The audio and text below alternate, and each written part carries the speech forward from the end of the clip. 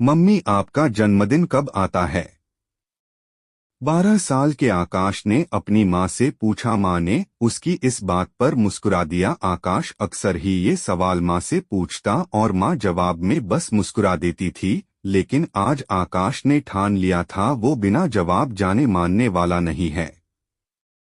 आखिर बेटे की जिद के आगे माँ ने कहा, हमारे जमाने में जन्मदिन कहाँ मनाया जाता था बेटा।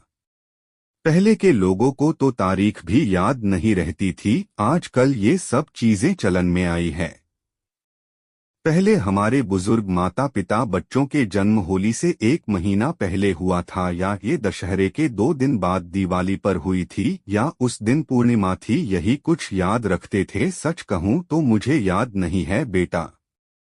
माँ की बात सुन के आकाश सोच में पड़ गया। मम्मी मेरा जन्मदिन कितने धूमधाम से मानती है, तरह तरह के पकवान बनाती है, केक कटता है, पार्टी होती है। काश मैं भी अपनी मम्मी का जन्मदिन मना पाता। देखते देखते समय बीतता गया। 12 वर्ष का आकाश आज 35 साल का एक बिजनेसमैन बन गया। इन 23 साल में बहुत कुछ बदल गया था। उसकी सुधा से शादी हो गई थी और आराध्या जैसी एक प्यारी बिटिया उनकी जिंदगी में आ गई थी। कल तक जो माँ आकाश की हर पसंद नापसंद का ख्याल रखती थी, आज आकाश अपनी माँ का रखता था। वैसे घर शहर गाड़ी वक्त और उम्र बदल चुके थे, बस एक ही चीज नहीं बदली थी, वो थी माँ का प्यार। वो आज भी अपने बेटे आकाश का जन्मदिन धूमधाम से मनाती। बुढ़ापे की वजह से वो ज्यादा भाग दौड़ तो नहीं कर पाती थी, लेकिन आकाश की पसंद की हर चीजें बनाती। अनाथालय जाकर वहां के बच्चों में मिठाइयाँ और केक बंटवाती, मंदिर में जाकर गरीबों को भोज करवाती। जब आकाश पैदा हुआ था तब माँ की खुशी का ठिकाना नहीं था। पहली बार माँ बनने का एहसास उसे आकाश ने ही तो करवाया था। जब वो रुई की तरह मखमल सा बेटा उसकी गोद में आया था, वो दुनिया ही भूल गई थी। सारी खुशी एक तरफ और माँ बनने की खुशी एक तरफ, इसीलिए उसे आकाश के जन्मदिन से बेहद लगाव है। आकाश के बिजनेस शुरू करते ही वो अपने काम में व्यस्त हो गया। वो माँ को अधिक समय भी नहीं दे पाता था। वैसे तो सुधा बहुत अच्छी बहू थी, वह अपनी माँ स्वरूप सासू माँ का ख्याल रखती थी। रोज देर से आने वाला आकाश आज शाम को जल्दी घर आ गया था। देखा तो सुधा आराध्या को होमवर्क करा रही थी। अचानक आराध्या ने सुधा से पूछा, मम्मा आपका बर्थडे कब आता है? सुधा ने जवाब दिया, जिस दिन मेरी आरू का बर्थडे आता है उसी दिन मम्मा का भी बर्थडे आता है, क्योंकि आराध्या जब आई तभी तो मैं मम्मा बनी।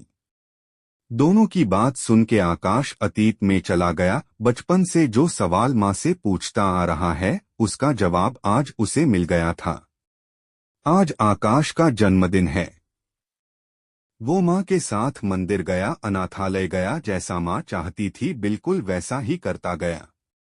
शाम को जब माँ सहित वो घर लौटा तो घर पहुँचते ही उसने देखा कि घर फूलों से सजा है, बिजलियों वाले झूमर जगह जगह लगे हैं, तरह तरह के पकवानों की खुशबू आ रही है। अंदर हॉल में गुलाब की पंखुड़ियाँ बिखरी हुई है और बीचों बीच बड़े से टेबल में केक रखा हुआ है और बहुत से मेहमानों से घर भरा है। माँ आश्चर्य से देख रही थी, तभी सुधा आके माँ को तैयार करने कमरे में ले गई।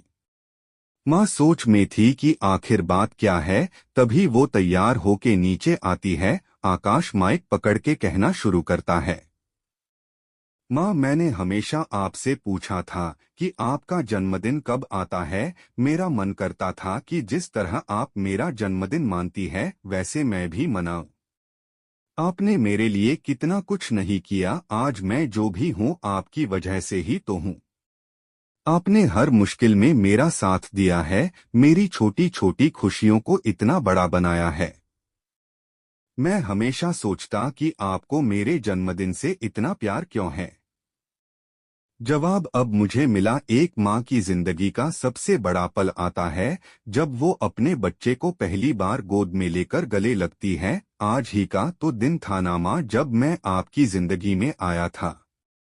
माँ, आज ही के दिन तो आप भी मुझे मिली थी, आज ही के दिन तो मैं भी बेटा बना था, आज ही के दिन तो मैं आपकी गोद में आया था, आज ही के दिन तो मुझे भी ममता का सागर मिला था।